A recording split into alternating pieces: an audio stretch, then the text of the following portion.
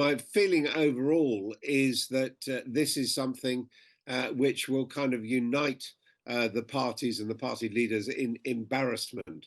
They don't know what to say and they don't want to go there. Let's bring in Times Radio's Adam Bolton. Morning, Adam. Good morning. So, what do you make, first of all, of where the candidates, the parties, stand when it comes to Donald Trump being found guilty? Is there a question here as to how a future Prime Minister has to approach a potential future president? Well, I think there's an easy answer, which you're going to hear today, which is that the relationships between Britain and America, relations between two countries, not based on personal relationships, and that the UK will make the best of whatever circumstance it finds itself in. But it's certainly awkward because normally there is a competition between party leaders as to who is the friendliest with the American administration, because the UK sort of traditionally has occupied a rather subservient position. And we've had a little bit of a taste of that with David Lammy, the shadow foreign secretary for Labour, making much of his contacts in the Trump camp. And of course, we have had welcomes in the past to Donald Trump and to Joe Biden. But my feeling overall is that this is something which will kind of unite the parties and the party leaders in embarrassment. They don't know what to say and they don't want to go there, as we've just heard from the Minister Mel Stride. What then, Adam, of the latest polling for the Times, which, as we say, indicates, relatively decent support for some of these policy announcements over the last week and this first week of the election campaign for the Conservatives, but it's not turning into actual voting intention going in their favour? Yeah, I think this points to one of the questions about this general election, is the extent to which the campaign is really going to change how people feel about their lives, about the cost of living, and about public services. I mean, there is a sort of element, I think, of yada, yada, yada. And it has to be said, the Conservatives have had a good campaigning week in terms of they've got their issues, certainly of national service, attracting a certain amount of comment. But, in a sense, it's not that surprising that it's not yet seeing the polls swinging, if they're going to swing at all.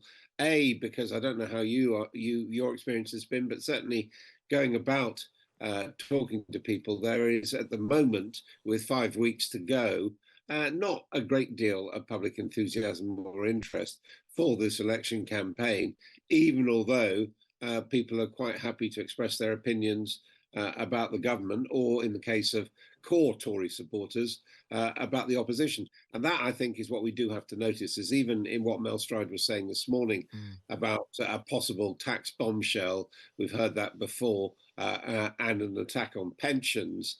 That is not something which is going to frighten people who are inclined to support other parties, but it is something which is perhaps going to motivate core Labour, so core Conservative supporters. And that really does seem that, there's a suspicion that the whole Conservative campaign is not about winning. They know that that's a reach too far. It's about trying to consolidate their vote so that there are more rather than fewer Conservative MPs around after the election. Yeah. The Sun's US news editor, Caitlin Hornick, has been closely following the trial and joins us. Caitlin, I mean, this is a historic moment. It absolutely is. It's, the verdict is quite shocking. And I think that the biggest thing now is whether or not they will actually send Trump to jail. The prosecutor who brought the case is Alvin Bragg. He declined to reveal on Thursday whether or not he would seek a prison term for Trump. So at this point, it's still on the table. And it's also interesting that the sentencing date of July 11th is just days before the Republican National Convention, when Trump will actually be termed the presidential nominee. So talk us through the process that happens next. In terms of sentencing, what is kind of from the very worst to the very best scenario for Donald Trump? What could he be looking at? So he faces up to 4 years in prison. That is the heaviest sentence. But he could also just face probation. So he could never see the inside of a prison cell. But he also will very likely appeal, which could drag on for months. So that would mean he's free to campaign for re-election on November 5th. So again, there's still a lot up in the air, but we will see what happens. This changes the shape of the campaign significantly. In terms of how it's being received by voters, we know that Donald Trump has a history of using the courtroom as a campaigning strategy. Is this now, though, a step too far, which is going to be very difficult for him to do anything more than just solidify his base? It is. It is so unprecedented. Yeah, and that's exactly it. We have seen Trump use the courthouse as a campaign strategy. And of course, as we just heard in his comments yesterday after the verdict was handed down, he said the real verdict is going to be November 5th by the people, and that's election day. So, it really, we don't know what this is going to mean. His supporters are so fiercely loyal and protective of him. I don't anticipate that will change. I think most political experts have kind of said his base is his base. But it will be interesting to see what changes now going forward, now that we have this guilty verdict. What people are surprised to learn is that if he is sentenced to jail time, he won't serve it if he's elected as president.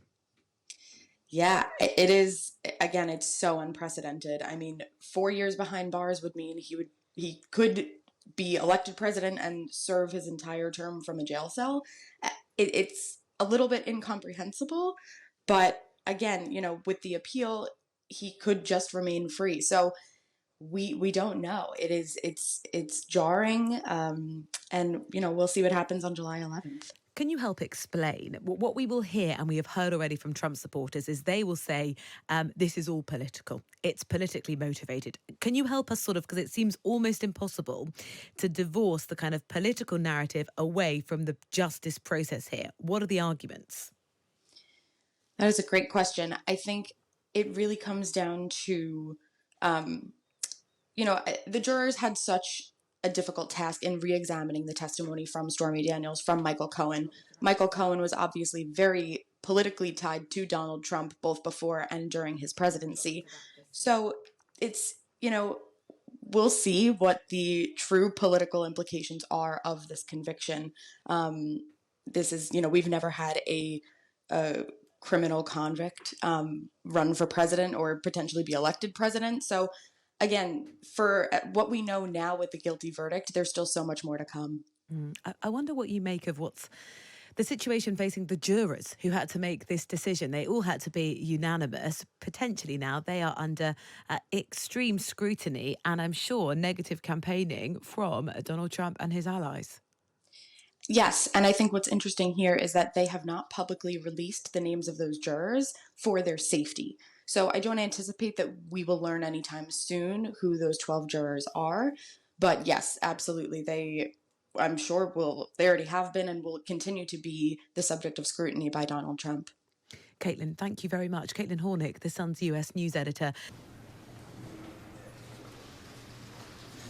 Mr. Trump, what do you have to say to the American people? Mr. Trump, how does it feel being kicked to the ballot? Are you worried about going to jail? This was a disgrace. This was a rigged trial by a conflicted judge who was corrupt. It's a rigged trial, a disgrace. They wouldn't give us a venue change. We were at 5% or 6% in this district, in this area. This was a rigged, disgraceful trial. The real verdict is going to be November 5th by the people. And they know what happened here, and everybody knows what happened here. You have a Soros-backed DA, and the whole thing. We didn't do a thing wrong. I'm a very innocent man, and it's okay. I'm fighting for our country. I'm fighting for our Constitution. Our whole country is being rigged right now. This was done by the Biden administration in order to wound or hurt an opponent, a political opponent. And I think it's just a disgrace. And we'll keep fighting. We'll fight till the end and we'll win, because our country's gone to hell. We don't have the same country anymore. We have a divided mess. We're a nation in decline, serious decline. Millions and millions of people pouring into our country right now from prisons and from mental institutions, terrorists, and they're taking over our country. We have a country that's in big trouble, but this was a rigged decision right from day one with a conflicted judge who should have never been allowed to try this case, never. And we will fight for our Constitution. This is long from over. Thank you very much. Why should voters vote for a convicted felon? Are you